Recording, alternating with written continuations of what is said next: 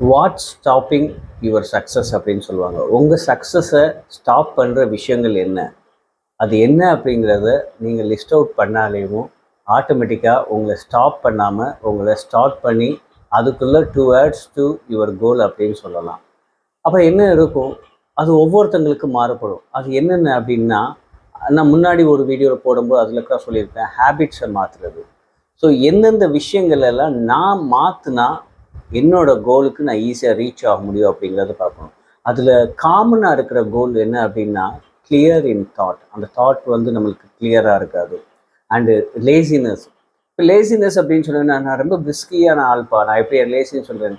நம்ம எல்லா நேரத்துலையும் சுறுசுறுப்பாக இருப்போமா அப்படின்னா கிடையாது. அப்படி சுறுசுறுப்பாக இருந்தால் எல்லா இடத்துலையுமே நம்ம ஜெயிச்சிருப்போம். சில நேரத்தில் சில விஷயங்கள் சில டைம் நம்ம கொஞ்சம் லேசி ஆகிடும்.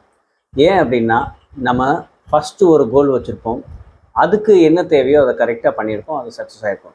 பட் நம்ம செகண்ட் வச்சது வந்து ஒன்று அந்த லெவல் வேறு மேலே போயிருக்கலாம். அப்போ அந்த மேலே போகும்போது நெக்ஸ்ட் லெவலுக்கு போயிருக்கு அப்படின்னா அதோட குவாலிட்டி கொஞ்சம் இம்ப்ரூவ் ஆகும்.